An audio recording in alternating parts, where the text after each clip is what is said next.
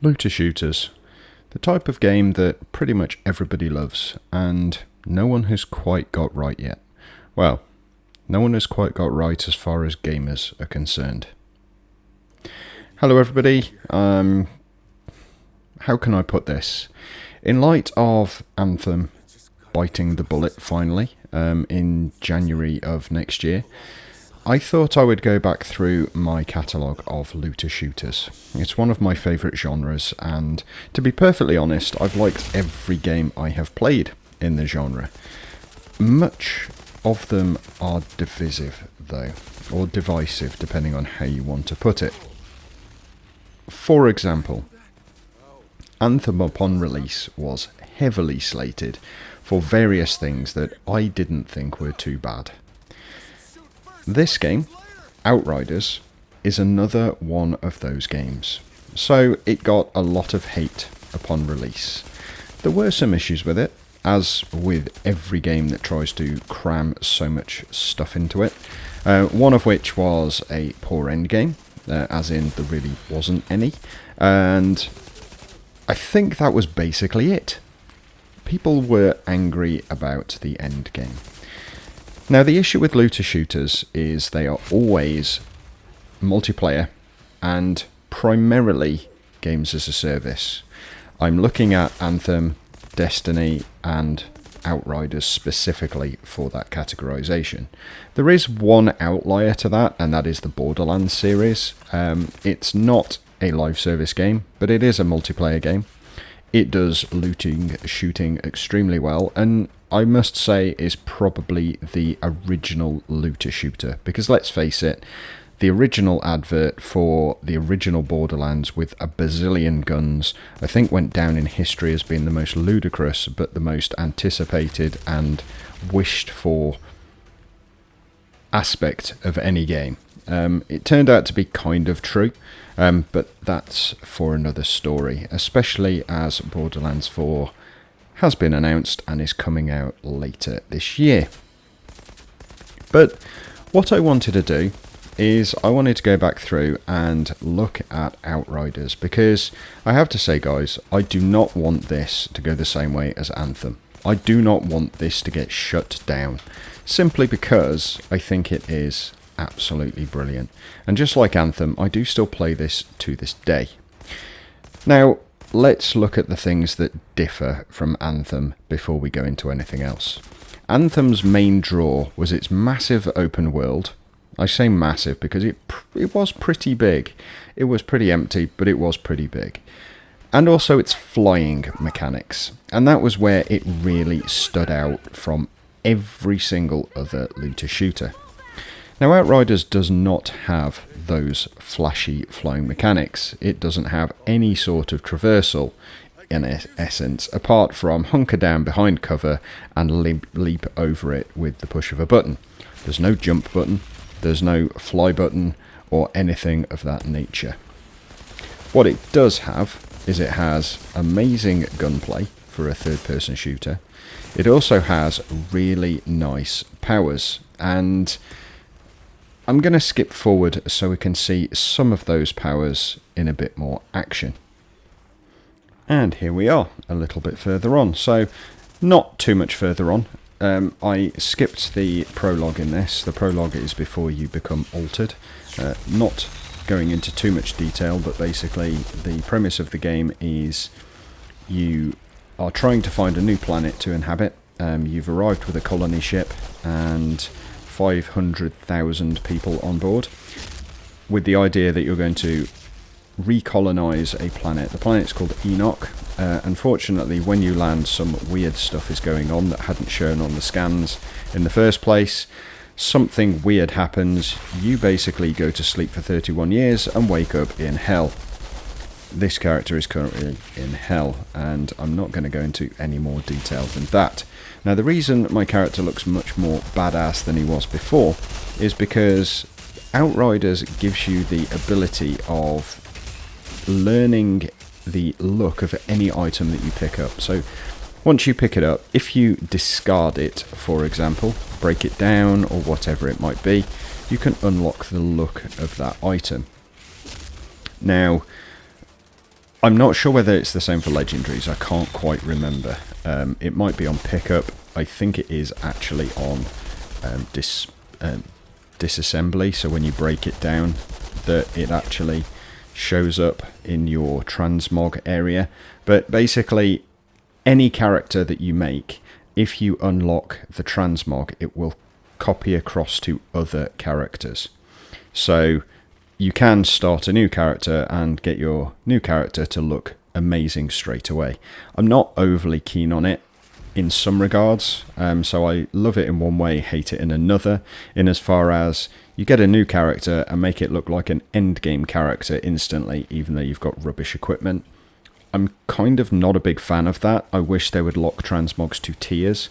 So if you have a common grade item, you can change it to look like any other common grade item, but you can't change it to uncommon or rare, for example. So you can only make things look like the tier they are. I think personally that is a much better idea, because it still means that you need to use some good equipment to get the really good looking stuff, and you won't have a starting character that looks like an end game character. That's just a little gripe of mine, not really that important, but to me I think it would make it slightly better. Now I must go into some of the differences between this and some of the other games. So Anthem, for example, had its amazing flying. It also had quite a nice open world. It looked really pretty. It was quite large. It was relatively empty, but even so it was really nice to fly around, and that flying was just absolutely insane. Borderlands kind of has its bazillion guns that literally they're not curated at all. They randomly get generated each time they drop, so that's quite nice. I think the only ones that are curated are legendary, so once you've got those, that's fine, but you can get some really crazy guns, and they have their bazillion guns moniker, where it just explodes in a massive fountain of loot. One thing about both Anthem and Borderlands is you do not get anything other than weapons drop. So you do not get armor drop in either of those games. They are literally just weapons or gear in effect. Now come to Destiny. Destiny obviously is the big boy as far as looter shooters is concerned these days. It does have armor that drops. It also has weapons that drop. I don't really know what its unique selling point is, apart from the fact you can go up into a spaceship, but you can't fly it. So it's, again, I'm not really sure what its unique aspect is. I guess the main difference with Outriders over and above all of them is it's probably got the best story of the lot, and it's a story that I actually like and get involved in. And it's one story that I tend not to skip when I create a new character, unless I'm creating a character specifically to join some friends. For example, if we're short on a character in a group and I'm creating one of those, but I don't really have any issues with that these days. If I'm creating a new character to actually play, then I always play the story because I do really like it. And it's probably the best story of any looter shooter I have played. Yes, it's even better than Borderlands 2 in my opinion. Some of the characters in Borderlands 2 I think are better, such as Tiny Tina, but in general the story in Outriders is by far the best in the looter shooter genre, in my opinion. Now, one thing that I must talk about is the powers. I did say I would skip ahead so you can see them in action. I do think the powers in Outriders are really, really nice. I think they're probably the best out of all of these types of games. I would say Anthem powers are just weapons. So you change your weapon, you get a different power. The Borderlands skills, they have a nice skill tree. But again, it's a little bit different than anything else. Yes, they are tied to your character, but I do think that sometimes they're a little bit too... I don't know how to say it. they're kind of a little bit drab. So for instance, Mose in Borderlands 3. So she has a mech. One of her abilities is to basically call the mech down, climb into the mech, and use it as a nice walking arsenal robot. Great. Basically, that's the sort of thing you can do.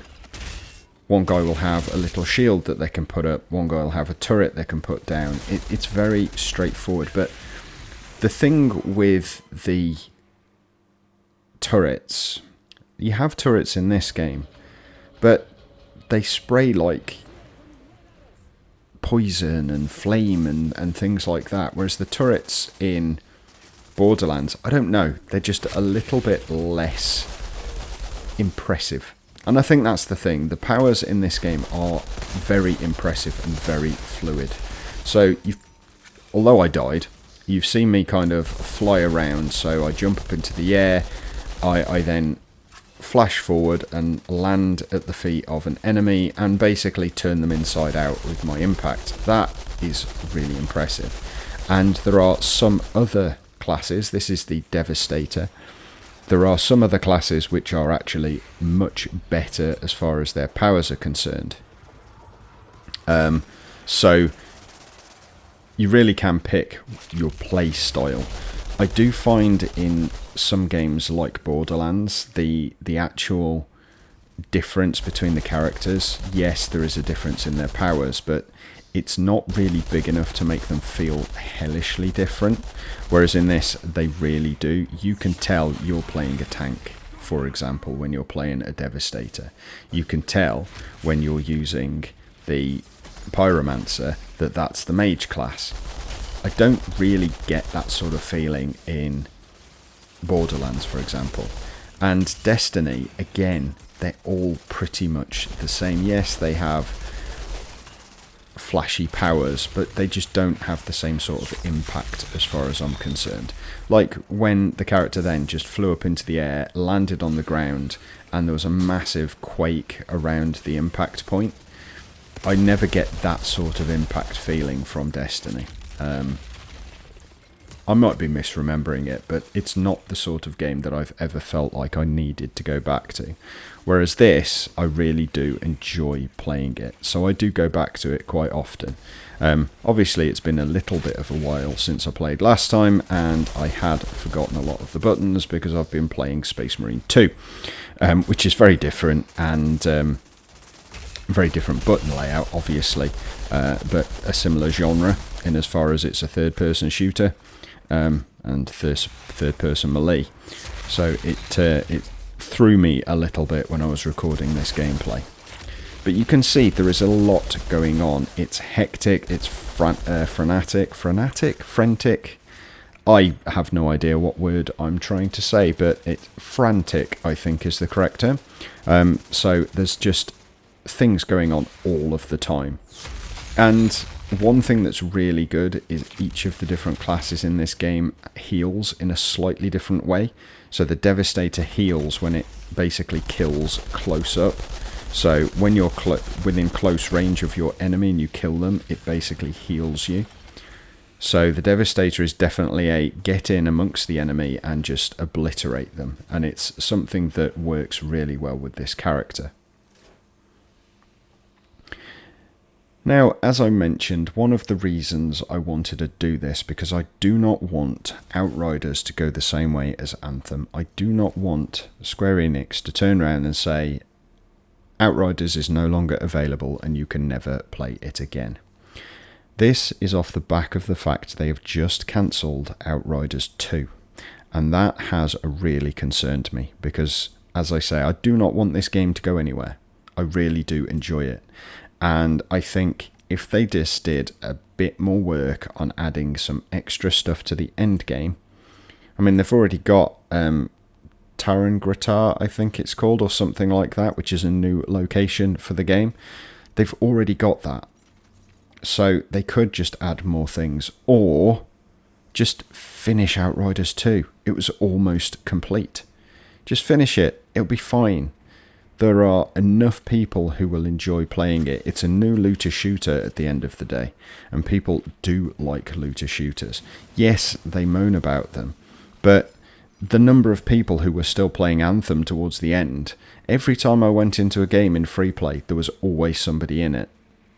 Now, maybe it was curated so I just joined the only 3 other people playing the game. I can't see that myself, but maybe. But even so, there were still people playing, and this was an 8-year-old game. An 8-year-old game that people said was dead after year 2. It's crazy. So, that being said, if you do like looter shooters, you've never tried Outriders, firstly, please do buy it and give it a go, because I do not think you will be disappointed. Don't expect it to be a live service, constant supply of stuff game, because it isn't. It very much is a buy it, buy the expansion, that's your lot. There's no real money store. You don't buy anything extra in this game. It's literally a buy the game, play it, done. And that in and of itself should be lauded and applauded, because that's not very common in this genre these days. In addition to that, there's lots of things that you can do in the game. Like I say, this story is immense. So I would really like it if we showed that although, yes, people do moan about looter shooters, there are enough people who are still playing them that it's worthwhile buying or paying for another one to be made. I want Outriders 2 to be reincarnated and finished. Let's have another looter shooter. I know Borderlands 4 is coming, but Outriders 2 would be a great addition as well. So let's see that happen. And on that note, I am going to go.